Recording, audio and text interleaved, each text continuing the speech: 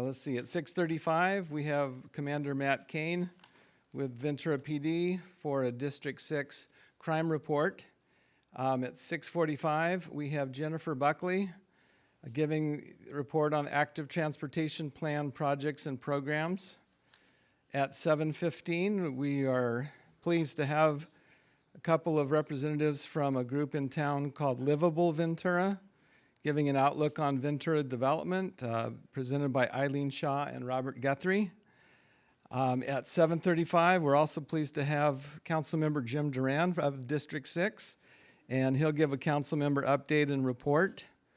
At 7:45, we have Steph Karba from the GPAC, which is the General Plan Action Committee, and she'll give us a report on what's going on with that. That's been almost 2 years in the making, and we'll give a proposal that will have to be approved at some point for development over the next 25 years in Ventura, so it's a big deal. At 7:55, we have Ken Hartman. He's going to give a presentation on New Hope Recovery Home. We had a group of neighbors back in December, and we thought it only fair to give Ken an opportunity to speak. So he'll be at 7:55, and then at 8:10, I'll give closing remarks. I also wanted to make an announcement that I'll make right now and at the end of the meeting. Our board of 5 members has decided that we need to add 2 more members. We have a lot going on at the board and not enough bodies to get all the work done, so we're hoping to add 2 more members, but we have to give at least a 14-day advance notice, which we gave via the internet to all of the current members of via email to all the current members of the Montalvo District 6 Community Council. Cassie, could you remind us of what day? That meeting, by the way, will be Zoom only. It's just going to be a quick meeting, a quick 30-minute meeting on Thursday, February 16th from 6:30 to 7. So we have edited bylaws that you can review ahead of time, and then we'll vote on the bylaws, and then pending those changes, if everybody agrees that it's a good idea for us to expand the board, then we'll vote on 2 new members who've been recommended. Can I announce those recommendations now? Yes. Yeah, so we've recommended David Olivas and Liz Montoya to join our board. Liz has already been really active on Nextdoor, so you might recognize that name. So we just feel like 7 people would make the job a little bit easier, and we see we're growing, our borders are bigger, we have a lot more people involved and really important things happening. We want to be able to meet everybody's needs. Okay, so in addition to adding, we have some bylaw cleanups, making it very clear that it's 1 person, 1 vote. We had some sort of convoluted rules when we started 8 years ago, and we're going to make it very simple. So those, Cassie, those bylaw amendments they can find them where? In advance of the meeting. If you're a member, which plug, you should sign up to be a member on our Montalvo blog, montalvo.comcouncil.wordpress.com. You're receiving emails from us, and there was a link in that email with the bylaws posted, but they'll also be on the blog. Everything's on the blog. That's the place to go. In fact, we're live streaming right now on the blog, so we're getting really tech fancy. Okay. Technically, we're not a hybrid meeting tonight, so we're not having inclusion of people to ask questions online, but we are recording the meeting, so this is a recorded meeting. I'd like to call up now our first item, Commander Matt Cain from Ventura PD to give the crime report. Thank you. Thanks for having me. I like to keep these pretty on time, and I appreciate that. Everyone's time is important. I do have Lisa, I sent her a map. Okay. So I'll go over some crime stats. I also want to leave a little time to introduce our new emergency manager for the city that we're excited about. Mac Douglas is his name, and I'll give him a few minutes to talk about what he does for all of us. So I'll go through these. So universal crime reporting is these Part 1 crimes. It's what the FBI classifies as Part 1. Part 1 doesn't necessarily mean it's, robbery or aggravated assault or murder. It's part one. It can also be like quality of life kind of things. So with the map up there, I'll just highlight a few of them and kind of go through. So from November, December, total of 27. From December to January, 40. So we did jump from January to a couple days ago to 46. What I like to do is just look for trends. So, of course, with our district's big, so we did have some gas siphons that are all down in the 4200 block of Market. The jump here for us, let me back up to say us. I am your District 6 commander. The chief several years ago district all the commanders up so you'd have direct access to a commander. Before it was kind of like you had an officer, you had a corporal, you might have had a sergeant. So all my information is on the website. So if you ever want to contact me, at least it has all my direct information. So in anything I present tonight, if you wanted more detail too, please feel free to reach out to me. So like I said, our thefts jumped up dramatically. So from that November, December 13 to 17, and then we jumped. That's like the gas thefts, and then the thefts from cars and from our retail businesses jumped from 2 to 12. So that's where you're going to get the crazy numbers. So we had some gas siphons, which really get classified under misdemeanor theft, but we all know when someone drills a hole in your gas tank and takes your gas, not only are you losing out on $4 a plus dollar for gas, but also you have to replace the gas tank, which is aggravating. So those are tough. And then the thefts from out of cars are mostly from down on Telephone, where we have all the shopping centers down there. Again, we like to remind people that a lot of the thefts out of the cars, people leaving their doors open, they're leaving stuff visible. Our crooks typically won't break a lock or a window to get into a vehicle. Usually, they'll go door to door to door and try and pull on handles. We had a golf cart taken, which classifies as a motor vehicle. It's a couple storage unit thefts. Our one robbery was what we call an Estes robbery, which means the person was contacted in the middle of a shoplift by usually loss prevention, and then there's some sort of struggle there, and then it turns into Penal Code 211, which is robbery. So it's kind of like a theft that gets kind of aggravated from there. A couple more stolen vehicles down on King Drive. A couple had a van taken off a Hummingbird. Some more stuff taken out of some cars. We did have some window smash burglaries, and again, it's going to be down off Telephone. And it's all stuff that looks like it was visible in the car. Tools, which are always a big deal, and our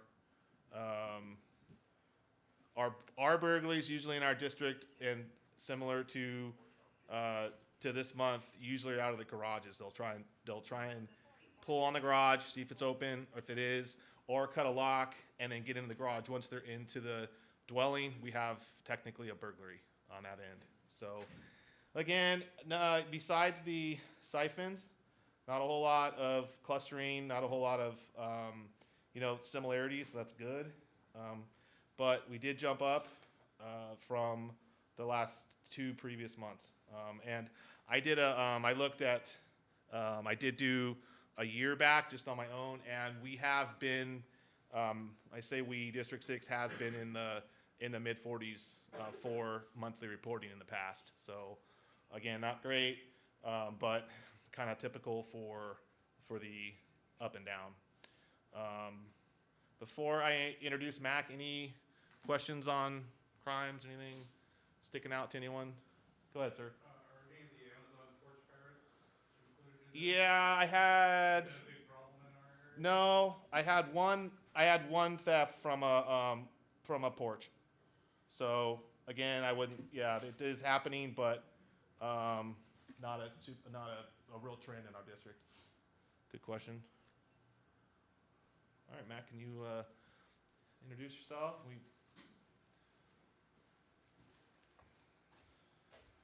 Thanks, Matt. Good evening, everyone. How you doing tonight? I'm Mac Douglas. I'm our new emergency services manager. I joined the city a couple of days before Christmas, and it was like an early Christmas present for me. So my job, one of the great things about my job, besides the people, is that it's never boring. So during blue sky days, I'm doing a lot of planning, trying to figure out how we can work better as a city to serve you guys when things do go sideways. So right now, my day looks like trying to get FEMA reimbursements and other assistance to folks after that big storm that we had in January. Alongside that, one of the things that I am working on, and I did want to talk to you all about, is evacuation planning. In emergency management planning, one of the key things that we try and do is the whole community approach.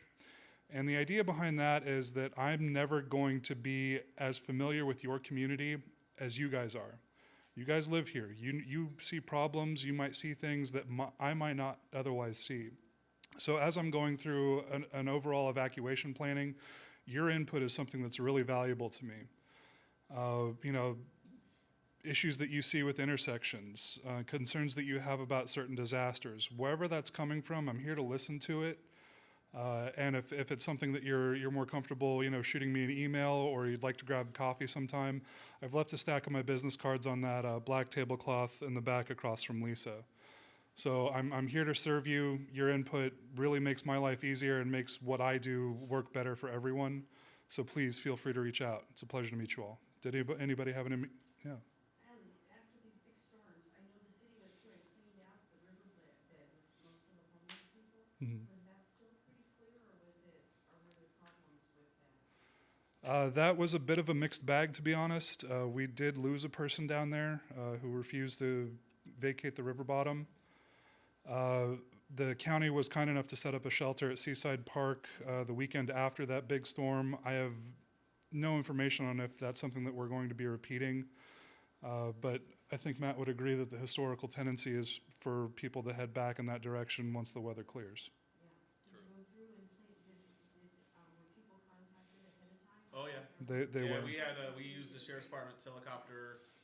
We had our patrol task force down there, and unfortunately, the person that did die, she was contacted and didn't leave. Sir? What kind of questions do you have, or what do we need to get to you about an intersection? What concern are you saying we need to get with you about? If you're thinking through what's going to happen in a natural disaster, you know, Montalvo is kind of a low-lying area. You have some insulation from wildland interface, so a lot of the things that I'm worried about for you folks have to do with the ocean. So if there's, you know, none of us is as smart as all of us. So as you're thinking through things and you're thinking, I need to leave my house and get to higher ground, if there's an intersection or a roadway or something else that you're aware of that concerns you as you go through that thought process, share that with me. Thank you. Mm-hmm. All right, no more questions. Oh, two more. That intersection down here where the new housing is going to be, Mm-hmm. off of Johnson, that is going to be kind of a mess in a emergency, I think. You know? That It's a big, huge clog up, you know? one of the things that we have as tools for writing these evacuation plans is if we had to shut down one lane of or one direction of travel on a street and use both directions of travel to move people out of an area, that's an option. I'm not sure it would work for that particular intersection, but we do have tools like that that allow us to kind of change the playing field temporarily to achieve the mission of getting everybody to safety. I thought I had one more in the back. I actually had one for the officer. I wasn't sure the format, but Come I here. know you had a replacement or there was a substitute officer here at the last meeting. Yes. And I was wondering if you were going to stay tonight through the end, or duties you needed to attend to. Yeah, I'm gonna try and stay tonight. Okay, Yeah. so Hartman's going to be speaking, but at the last meeting, Lisa McInville spoke a lot of our concerns with his sober living home in our that the recording of what she said during that meeting have some context of where from. Okay. I was also any support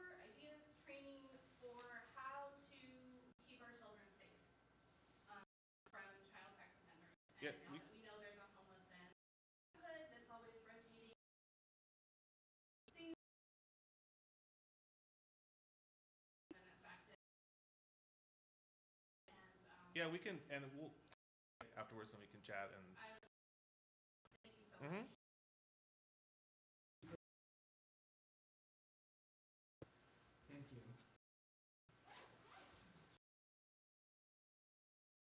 VPD do their, you got to meet emergency manager,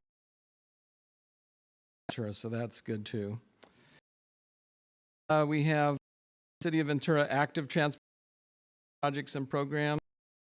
It's not Jennifer Buckley, it's going to be Tim Gallagher, and we have Jeff, who's one of the Public Works directors,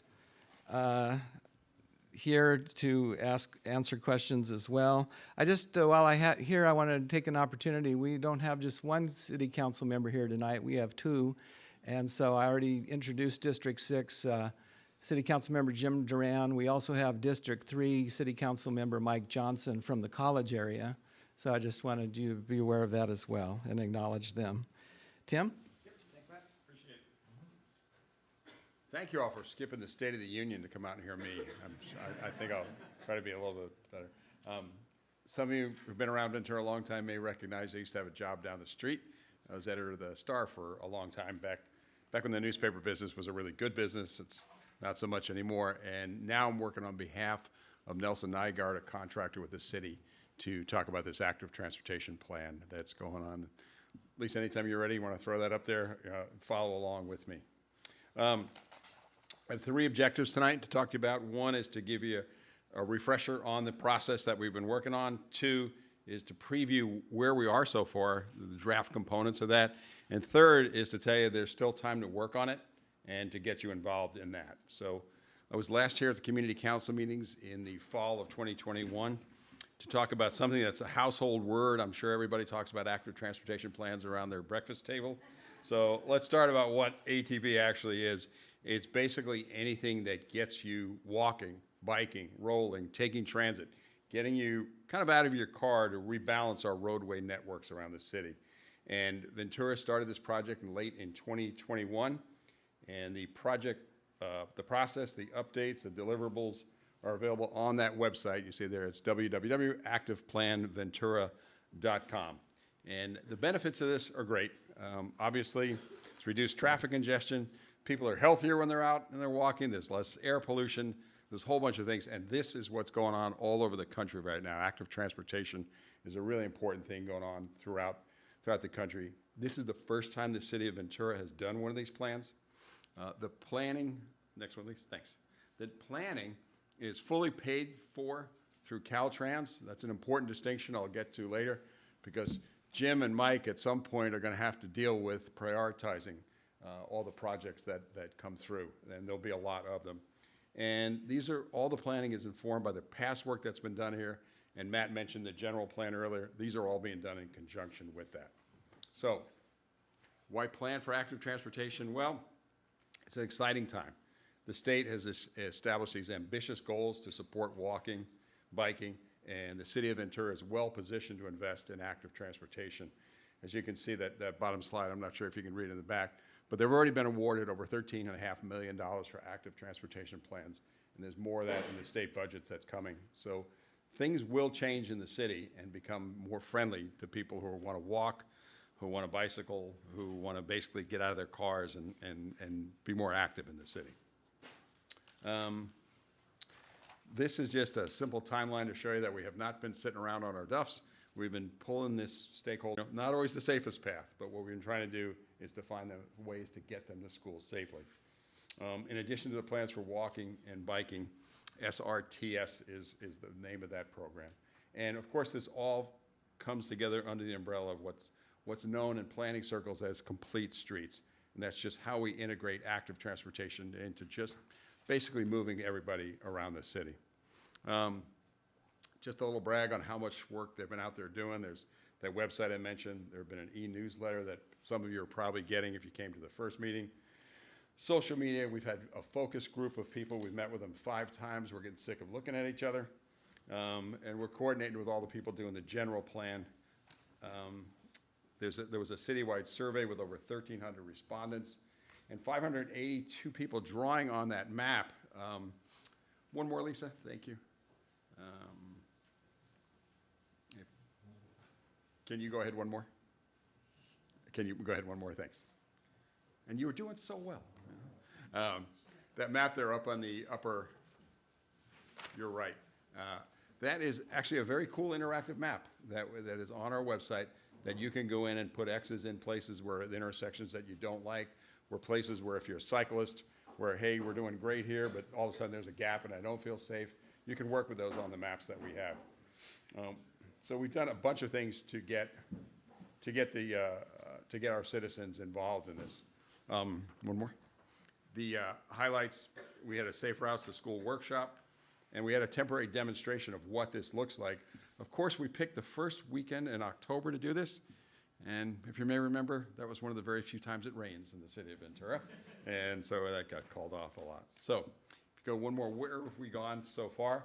How we've been up to, how we have tried to integrate the public and the stakeholder input into the technical analysis, because when you get these planners and transportation people together, there's a lot of technical jargon comes out. What we're trying to do is bring this down to a level where the average person understands it. So the draft plans are based on these objectives. The general statements, what does Ventura hope to achieve with its active transportation plan? And then our objectives are going to be measured along how well we meet these goals. 1, connectivity. How well do we create walking and bicycling networks that allow people to get where they need to go with comfort and ease? 2, education and encouragement. Giving people in the city opportunities to learn skills, build confidence, and have fun walking and bicycling. Equity. Everybody has a right to travel safely on City of Ventura roadways, regardless of race, socioeconomic status, gender identity, age, and ability. Maintenance, keeping all these walking and bicycling facilities clean. Project delivery, standardizing the processes in the city so it's fair. So you see how we do put these out there. And safety, keeping everybody on our streets safe. A couple of examples of what you might see as a result of this. So this is a pedestrian network. Don't worry about studying this too closely. You will get a chance to review this in more detail, but basically what this is saying is pedestrian networks define districts to be prioritized for pedestrian treatment. You've all been in these places where you're walking, it feels safe, it feels comfortable, and then you get to another street, and all of a sudden the traffic seems like it's right over your shoulder, and you just don't feel safe anymore. Well, what we're trying to do is create safer pedestrian districts, identifying the corridors that provide direction, where we've got to fill in the gaps and provide connections between the districts to support all the uses in this city. And these are prioritized. They're simple things. You'll recognize them when you see them. If you go on to that next one with the photos, the examples, yeah. So you see things like this all the time, and you may not recognize them, but you feel safer when there are wider sidewalks, when the crosswalks are wider and they're painted easier, broader, brighter on the street so you can see them. Yeah, the pedestrian lighting, all that sort of thing makes you feel better. And then we've got some examples of these in the city, but there'll be more and more of these that you'll see as the plan comes together. So the next one, Lisa, thank you. So this is the completed bike network, and I've got a few slides of that, but in the bike network, there are basically different levels. One is a real simple level where, people out for I want to say joyride, but that is a bad connotation, right? So people out just doing for enjoyment. But then there are serious cyclists, we see them, and we got to build different type of bike pathways for all those people. So there will be different age and abilities, bike networks, and there'll be more serious bike networks out there. So let's skip ahead on a couple of those, but you'll be able to see this if you really want to dig in and get to the examples of the bicycle treatment. So these are, you've recognized these. Have you been in cities or been in places where you've seen these bicycle networks and they look a whole lot, and how many of you in here are pretty active cyclists? Okay. So you know when you feel safe out there on the street and when you feel exposed. And we've got gaps throughout the city, right? There are places where you feel like this is good, I don't have anything to worry about, and other places where you don't. Well, this is what we're trying to work at, to create long, continuous corridors that work to create safety for you. So these are just some examples of that and what they look like. The ATP's recommended treatments are based on the street characteristics, the land use, the context, and the destinations, trying to get from certain points in there. The safe routes to school, as I mentioned earlier, we have been out to a number of the different school districts, and for the first time, there's an interactive map that the city can update over time as these projects are completed. We've got in the city 15 elementaries, 4 middle schools, 5 that are classified as high schools, and a K through 8 school. So we've got a lot of kids moving around on a daily basis, okay? Okay, so I mentioned in the beginning that Caltrans is funding the plan, but not necessarily the projects. So when comes down to when this plan is finished, how are we gonna decide where the projects go and what's the most important thing in there? Well, they're based on 3 things: connectivity, equity, and safety. So there'll be, for instance, we've already developed 200 bike projects and a list of pedestrian projects. The city's not gonna be able to put those all in overnight, so we've developed a prioritization process. And this proposes how to prioritize these projects in relationship to each of these goals. They're gonna get a weight based on how well they help the city connect, how fair they are throughout the city, and where the safety issues are the greatest right now, okay?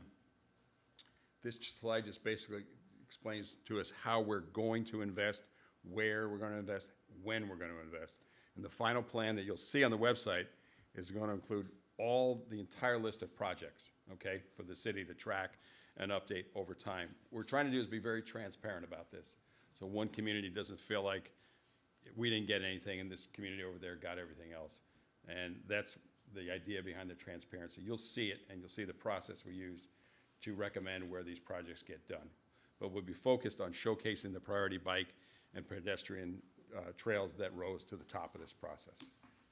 Okay, coming to a wrap up soon. And I notice you guys, unlike the State of the Union, you haven't interrupted me with applause yet. What's going on there? So these show how we've engaged to date in the preliminary findings from the community outreach. How many of you tried this thing on Story Map yet, where you get on there and you can move the lines around? Anybody? Okay. So we have the website. I'll go back to it one more time before we leave. You can actually get on there and play with this thing like you're, it's not a cool video game, but it's like a little bit of a video game where you can move things around. It's an interactive, it's an engaging way for us to present the final maps and projects and programs that we're proposing in here. And it's hosted online. It's going to include all the items that we've talked about. And there'll be a survey component too, places for you to give us public review on that. And then finally, coming down to the upcoming engagements this spring, there's a half a dozen things that we're planning on doing, pop-ups. We do these, we've done these throughout the city where you've just got, people working on this plan are in it. People like Jeff and others from the city are intense, and you can just walk up to them and talk to them about where you think the biggest concerns ought to be for the city, where you think we ought to be putting the dollars, where you think it's the unsafe places that we ought to be putting these. And this is our 4th and final milestone. We're in the final stretch of this. So you'll see these advertised over the next few weeks, and we will be finishing this plan, getting it over to the city and the council later this spring. So you still have time to participate in this. I know the last time I was here was by Zoom, and we were concerned about a lot of other things back then. So maybe you didn't get involved with the active transportation plan then, but there's still time to do that now. And I heard what somebody mentioned earlier about areas where the streets seem low, and as I was talking about places where the city doesn't seem connected, I saw nodding heads. These are the things we want you to get onto that website and tell us about, okay? And any other ideas you might have, Jeff and I are here. We are all ears, so please feel free to get in touch with us. Your group, your council will have these slides if you want to look at them. I don't know whether you guys put those on the website or not, Matt, but Yes. You do? Okay. Yeah. So they'll be up there for you guys to look at. So that's the end of the, the formal presentation. Do you have any thoughts or comments that you want to weigh in on? Any questions about that? Yes, sir. One quick question. How does this compare to the transportation element of the general plan? Yeah, very closely. So the ATP, Jeff, is it under the is it under the general plan? It'll be part of the general plan, and a lot of the goals and objectives in the general plan do relate to active transportation, so Yeah. mobility shifts and those types of things will be documented in the general plan, and we'll refer to that transportation plan for more detail. Okay. And this gentleman had a question. Oh, we're having, I don't know if you're from the area, but recently they've been putting in sidewalks. I didn't know if this was part of this or Jeff, could you come up and Yeah, you want to do that one? speak into the microphone, because we're taping it and that's what's gonna be heard is that microphone. Yes. Jeff will need it higher than I had it, so. I'll do what Mac did. Yeah, first, I just want to thank you for your patience on the project, because I know it's been a long time with the construction. The rain delayed it. Grand's been closed for, God, it's been what, a month, I think, at least, two months maybe. So I do appreciate your patience with all that. It's a slow-going project. March 25th is the end of the construction contract. So that's when hopefully things will be done, barring any more rain, which could extend the construction. But you guys, what Tim's talking about here, you guys, this is the situation here in Montalvo. You got curb extensions, you got new crosswalks, you got sidewalk. This is exactly what we're talking about doing in your neighborhood. And this was part of the $13.5 million grant we got from Caltrans.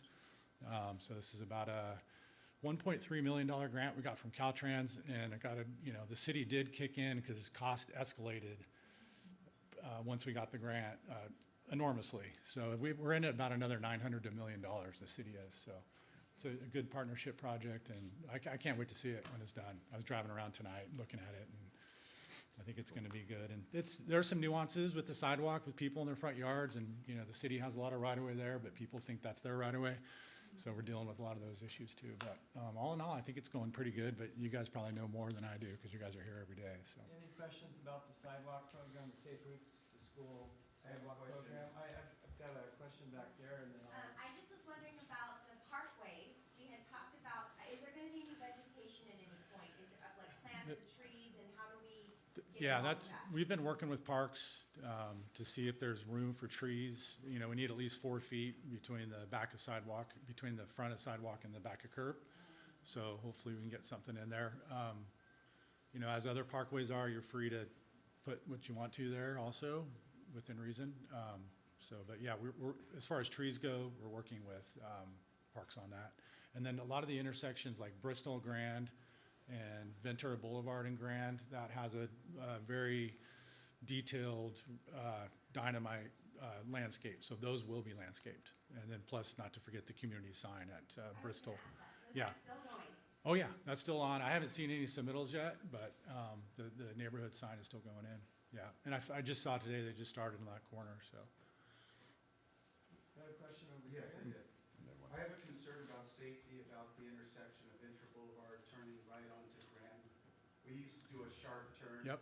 My concern now is we've extended that Yep. handicap sidewalk out into the street, so it doesn't Yep. line up straight. There's a kind of a Yeah. cockeyed look to Yeah, it. we're trying to make it a little more right angled there, Right. because like you said, that was a huge radius, and Right. people will come whipping around that corner there. That is my And- concern, though, that someone will, late at night, that Yeah. if we maybe could have some signage there, or Okay. something that would be more Okay. visible to know that we need to go a little further before we Sure. turn. I think Okay. that would be very helpful. Okay, we'll take a look at that. Thank you for the Yes, suggestion. Marilyn? Well, I had a question. Everything looks great, thank you. I was a little bit concerned, I'm talking about the same spot down here on the corner of Grand and Ventura Road. If you were, I think it's storage units and there's a driveway. And if you're facing the driveway here, to the right of it, there's the sidewalk and a berm to keep the soil up. And on the other side, it was almost like they ran out of cement and there's not a berm. Is that right? Is it there's a drop off right there, is what you're saying? No, like I said, if you're facing the storage unit, Yeah. there's a driveway. Uh-huh. And one side looks really great, there's a sidewalk and a berm. Mm-hmm. And then if you look on the other side of the driveway, there's just a sidewalk and this much soil. Yeah, and that- nothing to, I think that's part of the landscaping plan. That'll be filled in with some it DG. looks like they almost ran out of Yeah, cement. no, I think, that whole area is gonna be landscaped. So they'll bring in some new soil, some new plants, and kind of dial that place out. So it Great should job, look good. thank you. Yeah. All right, I have a question right there. Are you just doing the main streets, like you're not doing these? Yeah. The initial was to hit Grand and Bristol, and then we also are doing James. Because through some community meetings we had here, the walkway was up Catherine to Montalvo, and we worked with the community, and we're gonna put a new sidewalk up James. And then we're gonna move the crosswalk that's at Catherine over to James, so that, and put a flashing beacon there as well. I was figuring it was the legal school. Yeah, and that's the SRTS part, the Safe Routes to School part. Yes, Steph? Tim, do you have a sense of when that survey is gonna go out, so we can keep our eyes out for it? Yeah, so I think that the site is active now. Site is active now, so there's opportunities to get on there now. There's one survey that was finished, but what we're saying is there's a lot of open opportunity from, if you go home tonight and want to work on it, or get on your phone now, after I'm done, of course, and, go make a comment on that there. So we're really pushing for this now, and then we'll be announcing the different public events that are going on. But I'll say one last thing in this. Used to work right down the street. It was hard to go for a walk, at lunchtime. I now live in a part of the county where the city had made significant investments in sidewalks and bicycling paths, and it is the most active place I've ever been. And you know what happens when people are out walking and cycling? Crime goes down. Crime goes down, okay? So this is a big thing for you guys to get involved in, not to sleep on this, to get in there and stand up for your neighborhood, because it over time, it improves the quality of life in the community so greatly when people are outside walking, cycling, getting involved. They actually meet each other. Yes? Right there. You know, where I would like something is along the railroad track there. I was just gonna bring that up. You know, I it is like, well, no. I go for a walk all the time or ride my bikes, and let me Yeah. turn down on that, and it's like, oh, it's a little freaky down here. You know, it's just, it is Yeah, and that's not the case it's everywhere. serious, it is So, not attractive I don't wanna take at all. I don't wanna take too much time, but, I will be coming more with this because it is in your backyard, but we just were awarded at the Ventura County Transportation Commission. Councilmember Johnson could speak to that also, but we applied for an active transportation grant like we got here, only for the Santa Paula branch line. And the Santa Paula branch line goes from Metrolink station all the way out to Newhall Ranch, actually. So we applied for 4 miles in the city of Ventura to do a new multi-use path from the Metrolink station to Wells Road. And lo and behold, I think we're gonna get to 27 million. We got 6.7 million for design. And so that project's gonna embark, and it's got a super duper quick time frame. So we got 2 years for design, and then we gotta get it in construction. So it's super exciting though, because it'll be a 4-mile trail basically from here to Wells Road along the rail line, which is what you were talking about. Nice. Yeah, super cool. I But it's just got, want to take one more Yeah, opportunity to make a plug. We've been working with Jeff for more than 5 years as a Montalvo Community Council. We have had small meetings here. They printed big posters and we put dots on things, and they really listened to us. And we even got to choose what the community sign looks like. They're very approachable and accessible, especially if you work through an organization, because we have clout and we have the voice of the community. So get on our mailing list and we'll get the slides up, we'll put the survey up, we'll give you contact information, and we'll help push for the things that our community needs. Thanks, Great. Nancy. Good deal. All right, thanks, Tim. Thank you, guys. Thank you. Thanks, Jeff.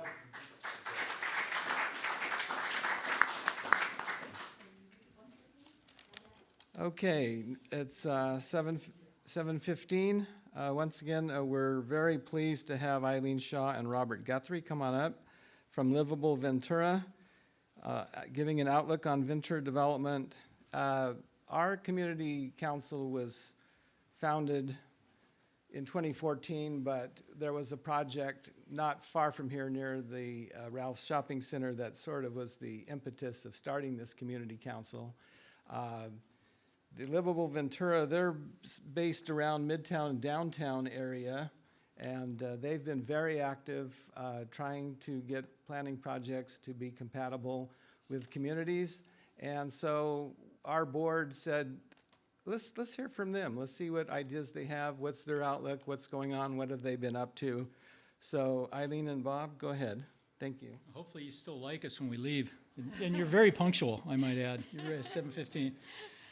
Thank you very much for inviting us to give you a presentation tonight. We'll just start with real quick introductions. Eileen? you wanna Well, introduce I'm yourself? Eileen. I think everybody figured that out, though. Yeah, pretty much. Yeah. Bob, yeah. Good job.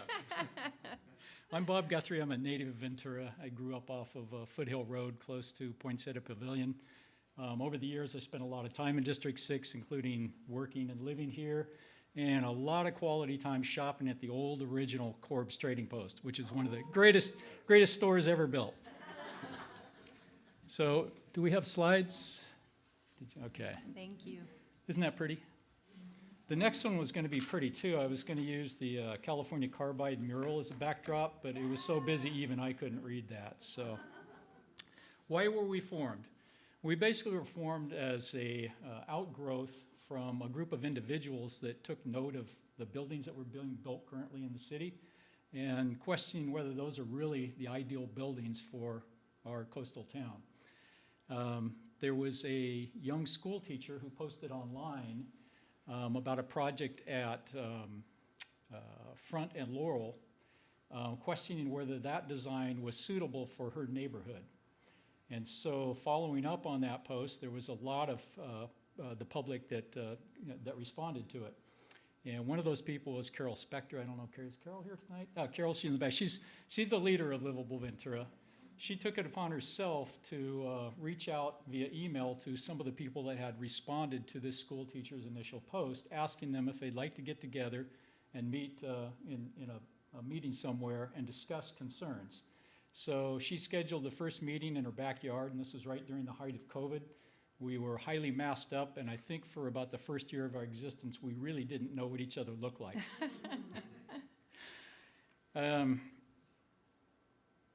That first group was comprised of 5 people from downtown and 1 person from the West End. After that Front Laurel project and the Coastline project, which I think most of you are familiar with, the one at San Juan at the freeway just close to the pier, there was another project, Haley Point, which is on the bluffs at Seaward, and then the Anastasi project, which is in Pierpont.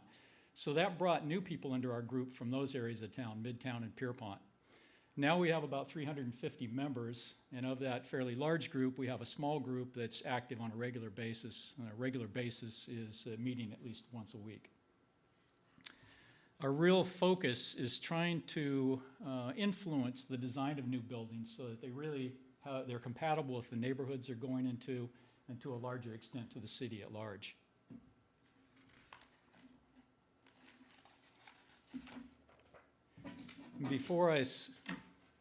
You are good at this. Before I discuss our concerns, I want to say that we support responsible development. And in our minds, responsible development is development that follows the rules and regulations that have been established by the city to make sure that development fits well with our community. Our number one concern is the loss of local control over local projects. The state has written a boatload of laws that are aimed at taking away more and more local control, and it's giving more and more authority to the developer to decide what they feel is best for an area. The problem with that is these laws have primarily been written to support the large metropolitan areas like San Francisco and Los Angeles. They're definitely not optimized for a smaller coastal community like Ventura. Our second significant concern is, in our opinion, and this is our opinion, the city seems to be overly pro-development. In some neighboring cities like Thousand Oaks and Santa Barbara, their focus seems to be that they want to get the very best project they can while conforming with the state mandates. In Ventura, we think there's too many variances issued. A variance is a deviation from a standard. They're also called exceptions and warrants. And we've been told in the past that an exception or warrant was rarely granted, that there had to be an abundance of proof that an exception or warrant was necessary in order to build the project. What we're seeing in typical projects now, there would be 4, 5, 6, 7, even 8 exceptions and warrants. And the end result of all those deviations to the standards, in our opinion, are the buildings don't fit as well with the neighborhood as they should. We're seeing, we call them exceedingly tall buildings. They're monoliths, and by monolith what I mean is a big, boxy, vertical walls, pretty flat roof line, not a lot of articulation in the wall panels. They just seem to be at odds with the neighborhoods that these things are being placed into. Now, a real good example of this is one that was approved on appeal at Front and Calorama. That's where Tilly's Marine is currently located. So this is going to be a 4-story structure, and it's a monolith. It's just story on top of story on top of story. The neighborhood that it's going into has some beautiful craftsman buildings, craftsman single-family residences. There is a fantastic classic two-story Victorian, and right adjacent to this building are 4 small bungalows. So just to begin with, you have a bungalow that's 10 or 12 feet tall and a 60-foot tall building right next to it. So your scale is off to begin with. But the biggest issue here is that 60-foot tall building is going to block the sun hitting those bungalows for a good portion of the year, and that's just wrong. The stories could have been stepped back, and it would have given a much better view from the street, and it would have allowed more light to hit those bungalows. The other problem is something that's called pedestrian scale. So you can imagine when you're walking on a 8-foot wide sidewalk, and you have a 2-story building adjacent to that. A 2-story building's 25, maybe 30 feet tall. Well, that proportion of the horizontal to the vertical it's proportional. It feels right. It feels welcoming. But now when you take that same 8-foot wide sidewalk and you put a 60-foot tall building next to it, the proportion's all off. It doesn't feel welcoming. It feels like rather than living in a community, you're living in a crevasse. So that's our second concern with this. And then a third major concern is traffic. Not so much from the standpoint of more traffic means longer commute times, because that is a problem. We don't like that. But really from an evacuation safety standpoint. During the Thomas fire, people on the West End had a really, really hard time getting out of their homes. Ventura Avenue was gridlocked. The Stanley on-ramp to the Ojai Freeway was gridlocked. People that were trying to get to the fairgrounds for evacuation at Thompson and Figueroa, gridlocked there as well. I'm sure you've noticed that new Cora apartment building that just went in. Well, it's been there for a little bit, but it's right in that same area, loading that area up. Well, the city has done what's called the EIR, Environmental Impact Report, for pretty much area in the city. And part of that is establishing that our current roads and current infrastructure can support safe evacuation. And for the most part, it confirms that it can support additional growth and still get us evacuated safety. But our concern is those EIRs, the environmental impact reports, were done at an assumed maximum density level for these new buildings. And I believe it varies depending on where you are in town, but I believe in the downtown area, 54 units, it's called dwelling units per acre, DU per AC, was the density that was used to determine that it was okay, that we could have safe evacuation. What we're seeing being built now are far exceeding 54 dwelling units per acre. We're seeing ones that are at 100, over 100, and just for your information, there's a new one that's being proposed for Montalvo that is at 288 dwelling units per acre. Where's that up the road? That's up on Alameda. It's Pretty pathetic. Didn't happen. It's, That one, yeah, that is not happening. Last we heard was they missed a deadline, so we're fingers crossing that it's not gonna go in. Is it Okay. also supposed to have 0 parking? No, they were not chosen by the state. Do you know that it's come back? No, they said that, this is from the city, when we had a meeting, and they basically said that, the odds of them trying to get on that list and wait another 2 years to be picked was slim. But keep going.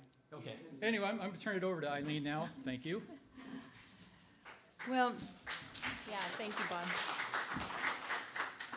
What we learned is that we had a lot to learn. We really didn't speak any of the language of planning, and we didn't know what the different committees were. So I would urge all of you, if you don't regularly go to the city website, cityofventura.ca.gov, and you will see little round buttons on the, right across the middle of the welcoming page. And the one that we go to the most is permit services. If you go to permit services, it really should be called development. But if you go to permit services, you'll see a development map. And if you click on the map, you'll come upon all of the projects that are being proposed or being talked about, debated, and under review by the committees that we have. So you can, everybody who proposes a project has a response from the city within 30 days. It's called the 30-day letter. And as a citizen, you can request the 30-day letter on a project like the Alameda project or any project in your area to see what the proposal was and what the city's response was. And I would urge you to get that if you can on a project. You can also read the staff reports will be there, and you can also review the project plans. Many times the staff report is posted about 4 days before the first hearing. So you really have to be on top of it. And you can sign up on the city's website for notifications. So you'll get a text message or an email. This is also, this is a calendar of all the meetings, and you'll notice the city council meetings are in red. So you can plan to see our city council in action on your planner, on your phone, whatever. And then you've also got the planning commission meetings. Abbe will be attending all of those, and the director's hearings, that is the development department. And then we also have a historic preservation committee, which is called the HPC, and we have the design review committee, and that's the DRC. So you can know when all of those meetings are, and I would encourage all of you to watch them online, or if you want to go to City Hall, the meetings take place at City Hall. So you need to know what the zones are. Oh, I also wanted to say at the cityofventura.ca.gov, and I do want to sound like a commercial for your city. You really need to go to that. I had, honestly, confession, I had never been there. I've lived in Ventura not as long as Bob, only 6 years, 8 years now. And I moved here from Marina del Rey to get away from what is now happening in Ventura, and that's why I got so involved. But you'll find this, there's an overview of the development review process. They submit an application, the city reviews it, the application's complete, and then it goes to a public hearing. And that's when you want to get involved. You can, every project is assigned to a city planner or a contract planner. Some of the planners don't live here anymore. We contract that work out, much to our dismay. So the people who are looking at those projects may not even be familiar with our area. So it's up to you to let them know about the area that the project is in. And you can ask them questions about it, look at the plans and drawings, and then you can participate. As you know so on the development map, you'll have a date for the hearing. Let's say it's a design review committee. Well, the design review committee is a group of architects, city planners, and they're gonna review the design of the building. They're not there to talk about water, okay? So if you're concerned about water, which we all are, except after the rains, but you wanna direct your comments to the design of the building, okay? You need to know what the zoning is, and there's wonderful maps on cityofventura.ca.gov. And you can find out what the zone is. There's a wonderful bunch of maps that tell you that the T4.1 zone, you can go this high, and in T5, you can go this high. So those are the things that you'll learn about the zoning in different parts of the city. Okay, and I know Steph is going to talk about the GPAC, and they're working on changing some of the zoning, so you definitely want to pay attention to that and what's happening there. And then as Bob mentioned, we're getting a lot of state mandates, and I know that the committee members are very interested in learning more about the parameters that they have to work within the state of California. So what we've learned, the city does make mistakes. We have caught several things through our investigative skills, and we work together as a team, and we have found that they have made some mistakes, and they're willing to work and do things in a collaborative way sometimes. So you want to send your comments in. Sorry. You want to send your comments in let's say you're concerned about a project. So the staff report comes out, you read the staff report, and the design review committee meeting is gonna, the staff report came out on Thursday night. The design review committee will be Wednesday night, meeting on the design. So you really only have about 5 days to look and write something that you want to say if you have an objection, and submit your comments to the city before the day of the meeting. That way it gives the committee members time to read them. And if you are, I'm not a public speaker, but I felt very passionate about development in my part of town. And so I was kind of pushed out of the nest, and I found myself going to City Hall and, banging on the lectern, and just really, I wanted them to see me. I wanted them to know that I was a real person who lived on the hill, whose view was going to be demolished by all of these Lego buildings that they were putting up, 4 and 5 and now 6 stories proposed for downtown. So the city committee members are volunteers, and we have to be respectful. They are handpicked, appointed by the city council for planning commissioners, and they do respond to constructive comments and based on facts. Okay, we're very factual. The more you know about what they can and can't do, the better. And then, anything else, Bob? Did I miss anything? Just, if you want to get involved early. So if a project is in the conceptual stages, it's just basically at the napkin level or maybe a little bit beyond that, developer is going to be a lot more inclined to listen to what you would like to see changed or concerns you have with it. When it gets into the formal review process, they've got so much time and money invested in it already that it's going to be a much greater battle. It's going to have to be something on a legal standpoint if you want to get them to change at that point. So Eileen mentioned, go to that development map, look at it, see what's coming up, click on it, find out who the city planner assign is. You can email them, their email will be there. Ask them for that 30-day letter. Ask them for the applicant's response to the 30-day letter. Ask them for project plans. The more information you can get, the better. The project plans have, if you can read plans, they're golden. There's just tons of information. If you can't read plans, then they're useless. But start early. Just go to that city website, get to that development, get to the planner, and get all the information you can if you're concerned about a project that's going into your area.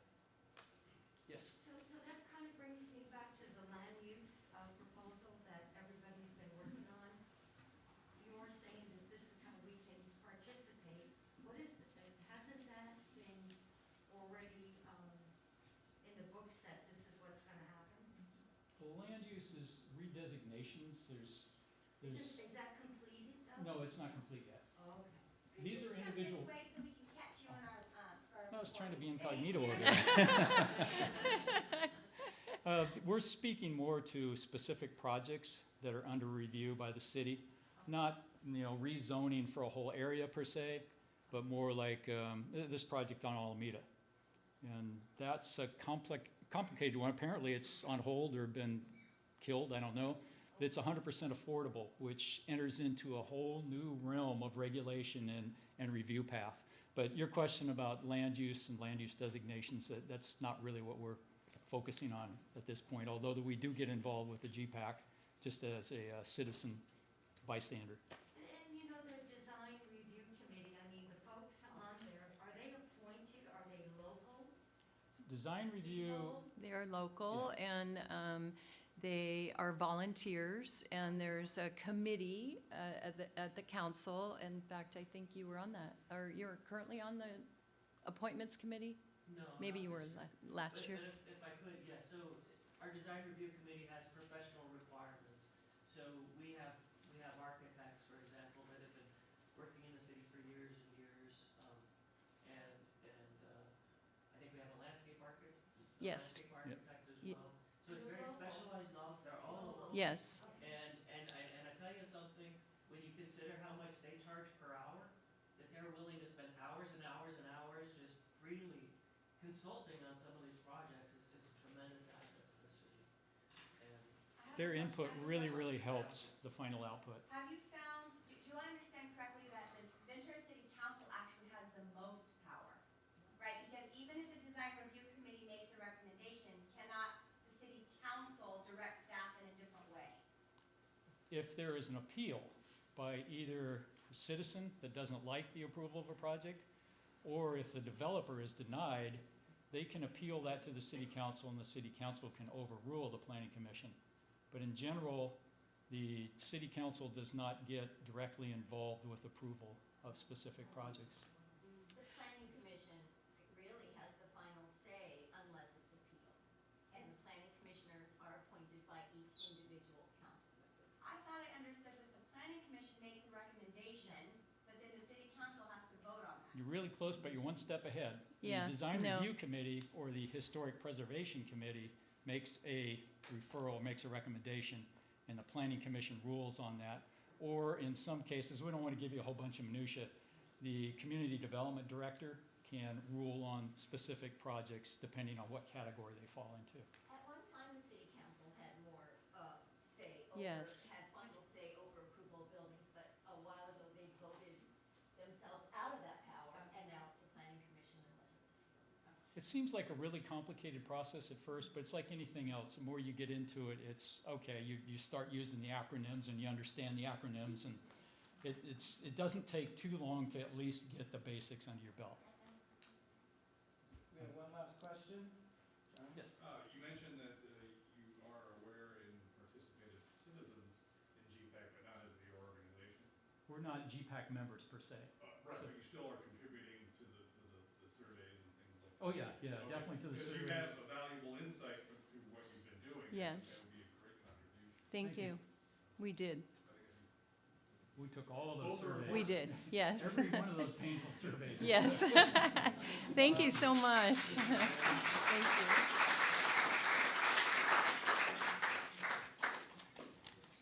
Thank you to Bob and Eileen and Livable Ventura. Okay, so for the rest, let's see, next up will be City Council Member District 6, Jim Duran, followed at 7:45, Steph Karba from the General Plan Advisory Committee. At 7:55, we'll have Ken Hartman from New Hope Recovery Home. And then at 8:10, I'll have some closing comments. So Jim, come on up and welcome.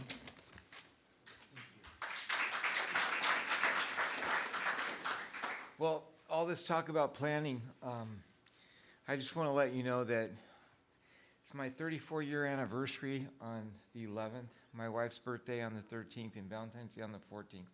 I have 1 week to plan everything right. 1 week, every year. Thanks for having me. I have a few things I want to share with you tonight. And first of all, I want to just share some updates, some things that might be coming out. And the Johnson corridor, right over here. I don't know what you've heard, but I wanted to let you know that right now there's property owners, the property owners on both sides of those. As a matter of fact, do you know where Motel 6 is? Just west of Motel 6, that lot right there, near the gas station. And then where the museum is, the car museum, all the way up to where the jumping house is, and then across the street on the corner of North Bank and Johnson Drive, where the theater is. So from that point, about halfway back. So they've decided that they have interest in redeveloping these sites for housing and mixed use. So that would put more housing in our city, which is obviously something that is extremely needed. And so right now, what you're looking at, the next steps would be the rezoning of these sites and to provide the form-based code overlay that would provide development standards and possible redevelopment for these. The hearing dates haven't been scheduled yet, but they're anticipated somewhere in the spring. So I know that there's already been talk over there because I'm friends with the owners of DW's, and they said, the DW's Cafe, and they said that they had just renewed their 3-year lease, but Cronies didn't get their lease renewed, and so there's some that aren't getting their leases renewed, but because there's plans for redeveloping that area. The other topic I wanted to talk to you about to give you an update on what's happening is the Olivas Park Drive extension and levy. And I don't know what you've heard about that, but you know, it's been talked about for almost 3 decades, right? Councilmember Johnson, yeah, 3 decades. And really what that is for Olivas Park Drive to continue all the way around to Johnson Drive and put on, and then you're connected to the freeway so you can go on the freeway and go east or west wrapping around. And you know, one of the things that has been talked about is because there's so much traffic from Victoria to Johnson Drive, that strip on the freeway, if this was opened up, it would alleviate some of that traffic of people coming from Oxnard going to Victoria. They'd be taking the other way around. But more importantly, the development that could actually be done on that side. Right now, the automotive center, they're the highest tax revenue source for our city, which is about $4.5 to $5 million a year we get in tax revenue. This is the money for streets, sidewalks, the things that we need done desperately. With that Johnson, with the Olivas Park going all the way around, there's opportunity for a lot of development on the other side of the automotive center. And, you know, companies coming in like, one that I was a little excited about, that there's been a conversation like Top Golf. Have you ever heard of Top Golf? I thought, wow, how cool, right next to the golf course, right? And but imagine generating double the tax revenue for the things that we need in our city. So that's one of the things that's being talked about right now. This is a construction bids are going to go out in April. The contract will be awarded sometime in June. And then construction duration will be from October 1st of 2023 to September 30th, 2025. So it'll be a process for that to happen. The other item is the Bristol Road street resurfacing.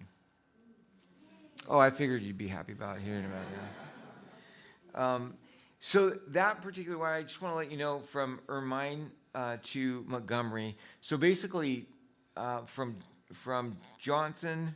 Montgomery all the way, you know, where the railroad tracks are, all the way down, that's county owned, and they're planning on resurfacing that in the spring of 2023, which would be nice if that gets done. From the last house, from the last neighborhood, all the way down to Johnson Drive to here, the bids are going to open up in March, and the contract will be awarded sometime in May. And construction will be from August 1st to December 1st. So by the end of this year, that strip will be done from Johnson Drive all the way out. So that'll be nice. I know your question is, well, what about from Johnson Drive all the way down this way, right? Yeah. Well, I haven't gotten a response yet. I was checking my text message, but I just didn't get the response. I'll be more than happy to text you back with that, and so you can post that and let everybody know. But there is a plan for that. It's just not with this. And then the last few things I wanted to share with you is, have you heard about, we talked about this before, the La Quinta Hotel, right? So the Housing Authority is really involved in that, and which a lot of people were talking about, that this was going to be this homeless shelter. And they were comparing it to the Arch that we have in Ventura, which is a low barrier shelter, which, well, I'll just reserve my comments for another time on that. But this particular one would be permanent supportive housing, and the Housing Authority would have somewhere to 40 to 50 housing vouchers. It would be converted into little apartments, so it'd be permanent housing, and seniors would be the priority in those. And so you would have roughly 100 units for seniors, which is pretty awesome, since that is the highest population right now of those that are going homeless right now. And it's no new construction, it's already there. And so anyway, those plans are being worked out right now, and the conversations are being had right now about that. And the other two things is, when I was campaigning, I know in this room we were talking about communication, and we were talking about customer service, and we were talking about the website and not being able to get the information that we need in those things. Well, I want to let you know, it was in the works apparently when I was campaigning. Right now, starting Monday, there's actually somebody answering phones right now, but starting Monday, you'll have, whenever the office is open, City Hall is open, you'll have a live person answering phones, being able to direct you where you need to go. How cool is that? Yeah, isn't that wonderful? And then, and the other thing is when we were in our goal setting session, I talked about the website needing to be redone. I said, you know, it's so difficult to find it. If you wanted to know what district you live in, it'd take you, I don't know how many clicks to finally get there.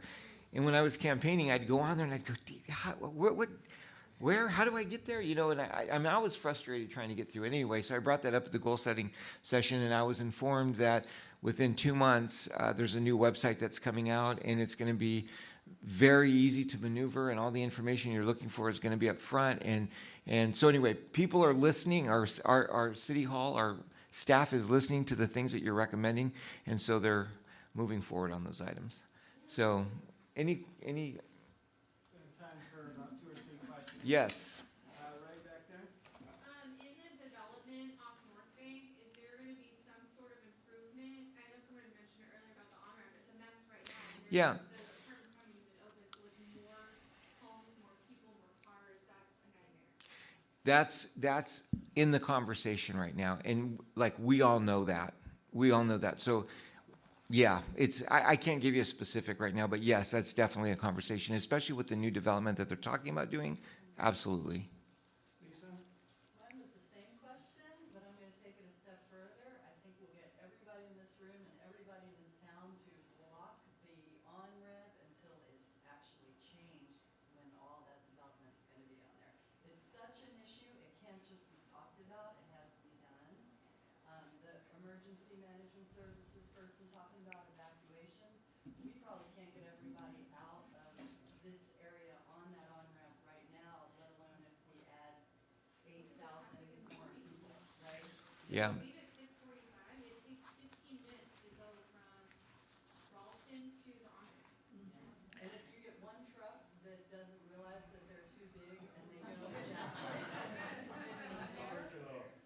then you're not going anywhere, and that happens often. So I just want you to know that this is not a negotiable issue. This has to be done.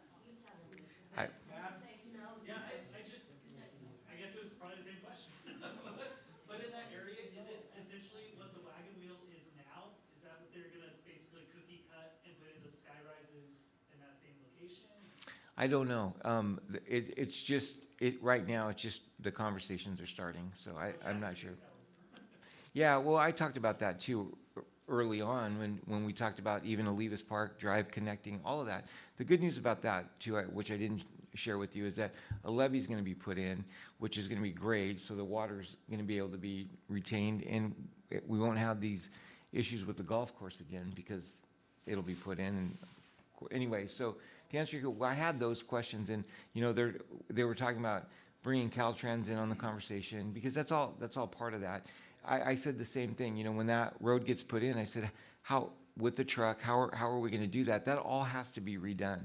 And so I'm with you, and I understand that, and so those are the conversations that we're having, absolutely. Got a question right over here. And just please hope that there's green space planted.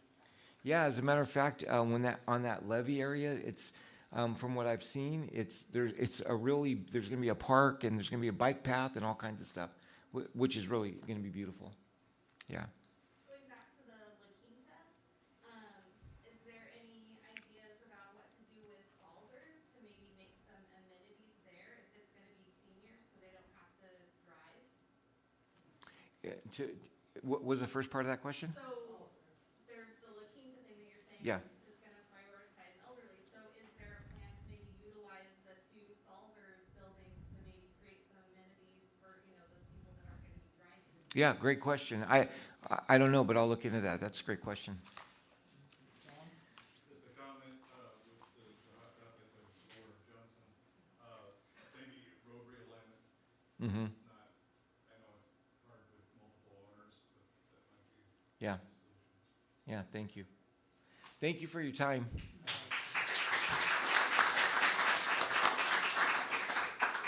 Thank you, Councilmember Duran. All right, let's see.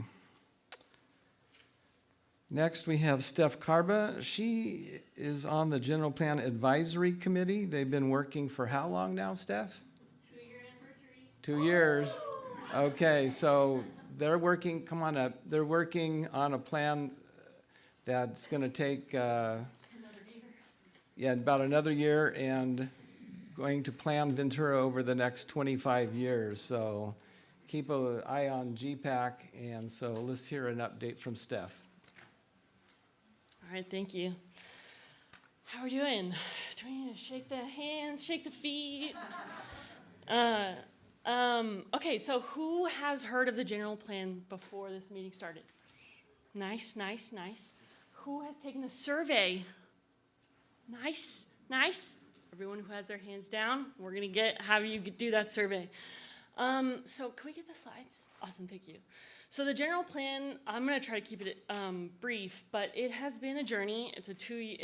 We've been doing it since February of 2021, and it is a very important policy document that basically lays out the vision of the city for the next 15, 20 years. So everything that we've talked about today, crime, transportation, housing, we spent 2 months on housing alone, active transportation, all of that is embedded into this chunky document that is basically going to lay out what Ventura looks like in the future. And all of us live in the city and have a voice and can influence what that document looks like, which is super important. Like I said, it's been 2 years. We've already been through discovery and visioning. We are currently in this kind of middle phase where we're really looking at the alternatives of like what can each zoning designation look like, what are alternatives to that, and that is then going to inform the policy that's developed and the overall general plan that will be written, hopefully, in the next year. So, next please. So, okay, it is super important. So we have laid out, there's like maybe 12 to 17 areas of discussion that we've kind of really grouped together in the city. There's downtown, midtown, 5 points, and there's 3 specifically in District 6 that we need your opinion on. This area, for example, south of the 101, does it stay retail and employment focus? All of these things, literally every parcel of land zone is discussed, and we have the potential to change whether it's, industrial. Do we have housing in this area? You give your opinion and your thoughts on that. The McGrath property, does that stay agricultural? Do you care about the McGrath property? Should there be office R&D? Should we allow housing in this area? Next. Victoria, this whole area is like super important. Do we allow residential at the Gateway Shopping Center? Should we increase density of housing along Victoria? There's been a ton of engagement from groups like Livable Ventura and a ton of engagement from downtown, and there's really 4 alternatives that we're looking at. So there's the base. So should it remain the same essentially as what it is today? So we have all of those zoning areas. Do we like how it is? 10 out of 10, it stays the same. There's core, expansion, and then distributed.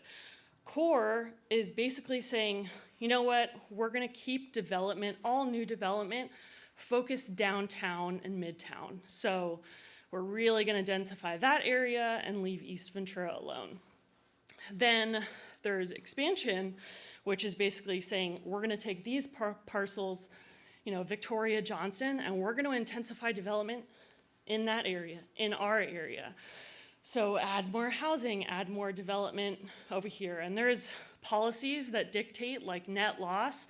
So if the downtown folks are super loud and say they don't want housing and development in their area, Ventura has to put housing somewhere.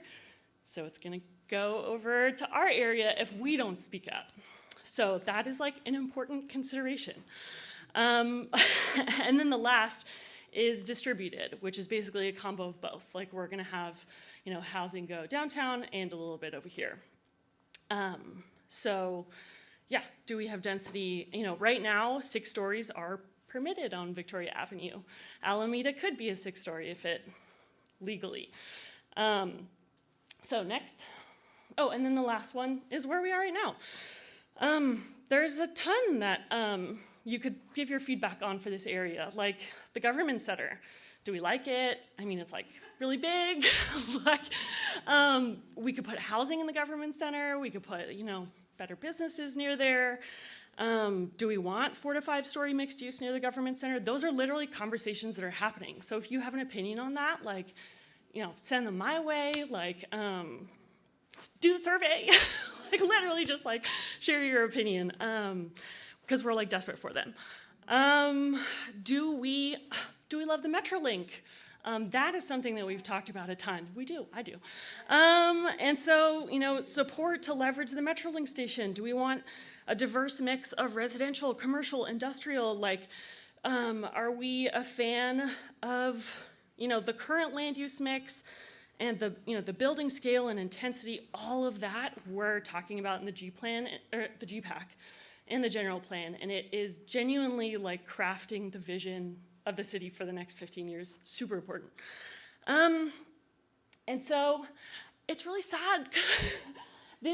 So we've had a survey, we've had like 1,000 respondents. And if you look at these numbers, basically Montalvo, we make up 13% of the city. 4% of us have showed up in the survey. Downtown makes up 4% of the city and 11% have showed up. So I'm just like, you interpret what you will from that, but like the core distributed and expansion, like that is directly asking, does development want to happen here or there? And so we definitely need more input from us folks. So if you haven't done the survey, talk to me. Our next meeting is February 21st. We usually meet once a month, the 3rd Tuesday of the month. We're nice folks. Yes? I'll send the survey to our mailing list. Mailing list. Subscribe. Is it 1 per household? I think it's 1 per like VPN or like IP address. IT, yeah. So, I mean, if my husband has a different IP address, Oh. So each device has a MAC address. Oh, okay, yeah. So if it's on different devices then, you should be good. That's important. Yeah. I thought the survey closed. We had a deadline. So you can still contact Matt Ramey, Netta from the city. Like, we're still, nothing has been set in stone yet. And like this next phase, we're specifically gonna do deep dives on each subgroup area. And they literally want us to go like zoning designation by zoning designation. And like the last meeting, they had an idea to do like literal subgroup where all of us went into the community and did, but I was just talking to Netta and we've decided to not do that and keep it all at City Hall and like as a group. But there's 100% still room to give your voice and opinion, even if it's just commenting and sending messages to the group. Okay, we have time for 2 more messages, John. About how long does it take to fill out the survey? I know it varies. They are lengthy, right? It's chunky, yeah. So that's maybe why people are, and they're Yeah. not clear as, I know. had nothing to do with it. I didn't make it. But people can focus individually on 1 or 2. Yeah. You don't have to take all of them. Yeah, for sure. And it is time consuming. Mm. Do we have one last question? Steph? Yeah. Did you have your hand up? No. Okay, go ahead. Are you allowed to give us your opinion on, are you in favor of core or spread out? Oh, yeah. Or what it is? Definitely. My personal opinion is a downtown is how you picture a downtown. There's like a density to a downtown. Like you're going, if I go to downtown LA, like there's a density to downtown LA versus if I was in like Santa Monica or something, or in a suburb, which I'm not gonna say Montalvo in our area is a suburb, but like it isn't, yeah. There's a degree of transit corridors and like making sure that there's a handful of density in areas, but to say that it should all, I don't like all or nothing for both downtown or east end. There is distributed elements that I really like. But like, oh, one of the things I didn't mention, we talked about SOAR. Should SOAR be developed? So like, I don't think so, last resort. But yeah. Thank you. Can the SOAR thing be gotten rid of without a vote? No. Yeah, SOAR requires a vote of the people. Right. Yeah. Thank you so much, Steph.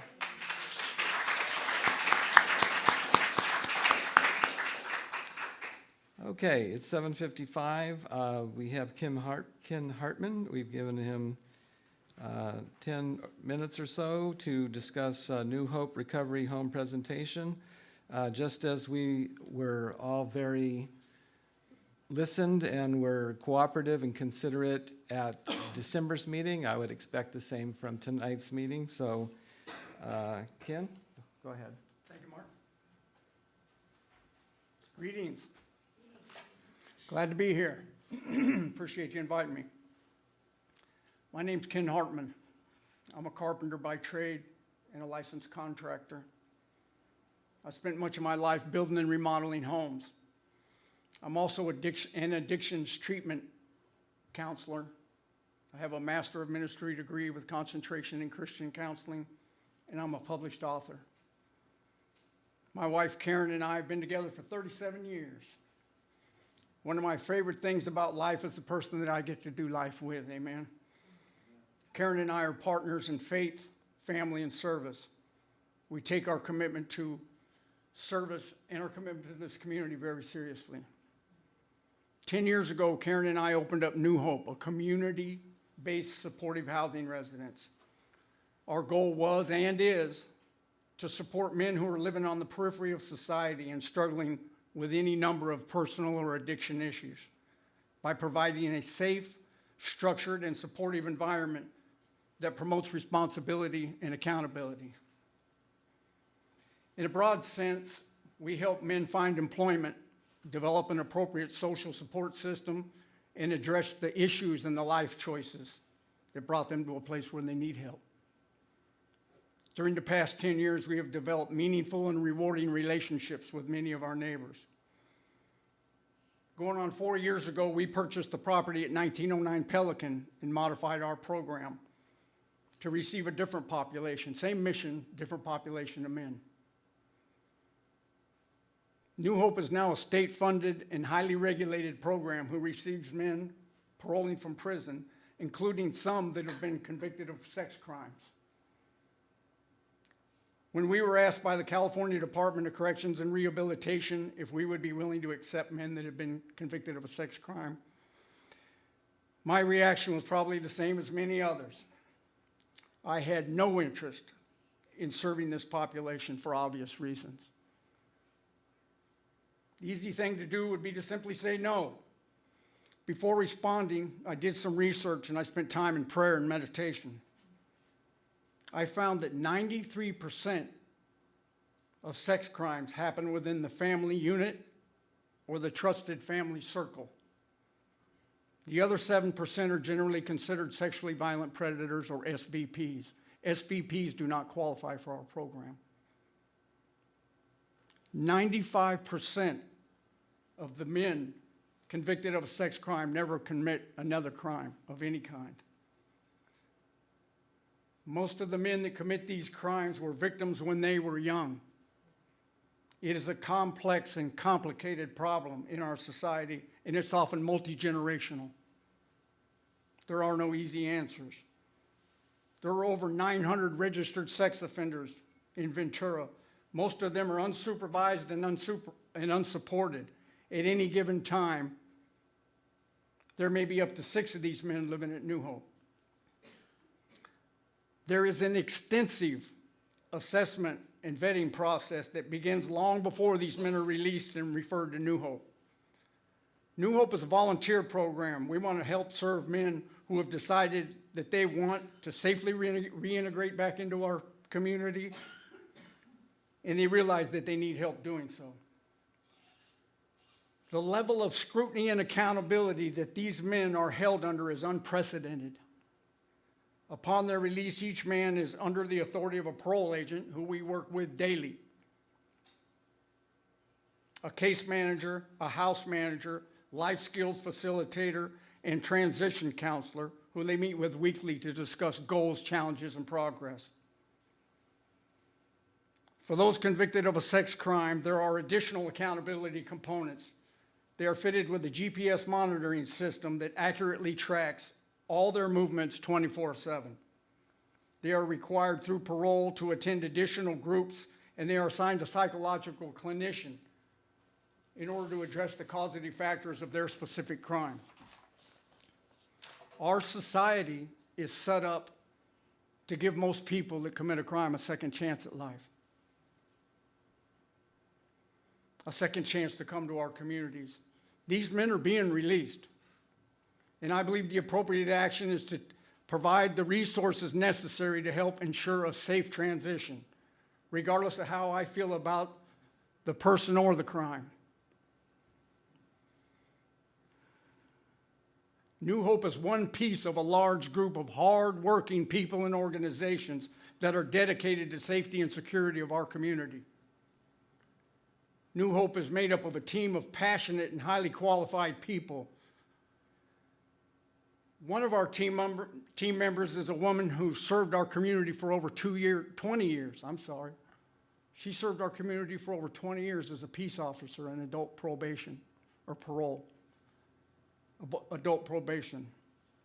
Now she's a life skills facilitator. She spends a minimum of 6 hours each week with the participants on her caseload. Two of our team members attended here this evening, Catherine and Michael. These dedicated people are in the trenches every day, folks, helping people connect the dots to their future, and in doing so, helping create a safer community for all of us. That's what's happening. I work at New Hope full-time as a counselor and an administrator. I'm normally at the Pelican property 6 days a week for probably 50-plus hours. I am personally and intimately involved in every detail of every participant's transition. It's the most burdensome and the most blessed endeavor that I've been associated with. It's hard to explain, and I suspect that's hard to understand, but that's been my experience. I would like to take the remaining time that I've been given to address some specific concerns which were raised in a meeting here in December. It was reported that a participant at New Hope was in a bicycle accident with a young woman in our neighborhood. The man's name that was in that accident is Donald. Donald has never been accused, arrested, or convicted of a sex crime. Donald grew up in a less than favorable conditions within his family where drugs, violence, and alcohol were the norm. The choices he made as an adult led him into a life of addiction, and he was eventually convicted of a drug-related crime. While still incarcerated, Donald decided that he wanted better for his future, so he reached out for help and began the assessment and vetting process to be referred to New Hope. We helped Donald secure employment and a bicycle, which he pedaled to work at Goodwill, way out here on Rice Road every day. On the day of the accident, Donald was riding his bike home from work when a young woman popped out from in front of a parked vehicle and they collided. A tragic accident with lasting ramifications. But it was an accident. I have a copy of the police report and would be happy to share it with anybody who's interested in seeing what the Ventura Police Department's assessment of this accident was. Donald has since graduated from New Hope and is working in his preferred field as a welder.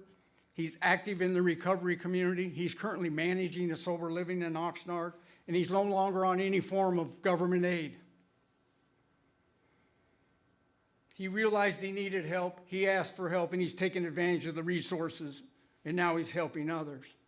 When Donald wins, we all win.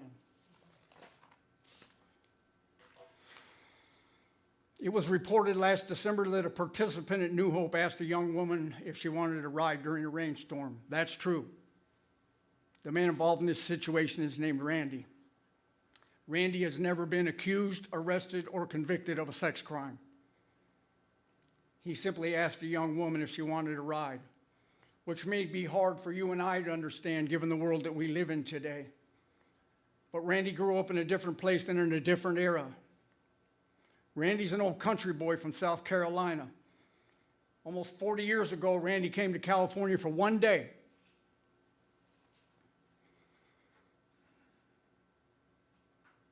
He got in an altercation at a bar and committed a crime against another man. After 35 years of incarceration, Randy was released to the community and enrolled in New Hope. In Randy's way of thinking, it would be inappropriate not to ask a neighbor for a ride in those circumstances. The young woman's family called the police, which any parent should do today. The police interviewed Randy and determined that it was a misunderstanding and no crime had been committed. There was no police report filed. I believe that New Hope failed Randy and failed this young woman. Randy should have been oriented quicker and better to the social norms of today's society. Randy was paroled to a new world with a new set of social norms. I told Randy that what used to be considered human kindness can now be misinterpreted as predatory behavior. I can earnestly tell you that Randy is among the kindest and most grateful men I've encountered in this process. He has since graduated from New Hope. He's active in the recovery community. He's active in the faith community. He started a small business and he's no longer on any form of government aid. Randy is an asset to our community, not a predator. He's an asset because of the resources were available to support his transition and because he is committed to reconciling his past and serving others. It was reported here in December that a participant at New Hope was arrested for inappropriate and illegal behavior. The man involved in this situation was named Dale. After completing the vetting process to be referred to New Hope, it became clear pretty quickly that Dale was not prepared or willing to live within the guidelines and the extensive accountability required at New Hope. So he was discharged for noncompliance. 18 months later, Dale's parole agent noticed some suspicious behavior associated with his GPS monitoring system. The parole agent went to investigate and found him in violation of his parole conditions, detained him, and the local authorities transported him to jail where he's currently being held pending investigation by parole and local law enforcement. From my perspective, I believe that all these situations are evidence that the system works. It's working, and it's constantly working on your behalf. New Hope is not a threat to our neighborhood. We are an asset. We have been for 10 years. We're not part of the problem. We're trying to be part of the solution. I believe we've demonstrated that the safety and security of our community is at the core of what we do. There is no way to accurately quantify the impact, the positive impact that we've had on our community. My goal here tonight is not to convince anyone to agree with or believe in what we do. My goal is to attempt to provide an accurate information about New Hope and the people that we work for in hopes of minimizing some of the fears and frustrations that people understandably feel about this population. I believe that through communication and cooperation, we can continue to coexist. And isn't that what we're supposed to be doing? Isn't that what we're doing when we're at our best? When it doesn't matter what culture, race, background, religious belief, personal identity, or social sexual orientation we have? For me, none of these things matter. What matters is how we treat each other today.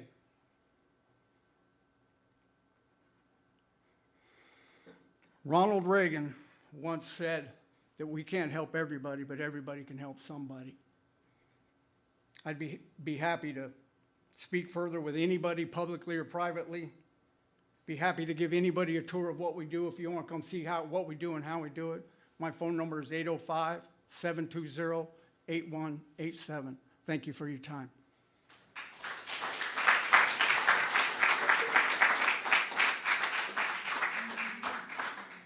Okay, Ken's given out his phone number. What the board felt was appropriate was to have the dialogue. We've heard from the neighbors, and that was at the December meeting. We've heard from Ken and New Hope tonight. We want to facilitate dialogue. We're not taking a position, yes, no, right, wrong, but we think it's important. We think it's important for the neighbors, it's important for their program, and promoting better understanding. If the group from Pelican Street wants to contact our board and talk to our board at our next board meeting, that would be fine. If Ken wants to talk to our board at that meeting, that would be fine as well. Ken has said is that he's willing to speak to you, and I think that's important. All right, I'm going to give some closing announcements.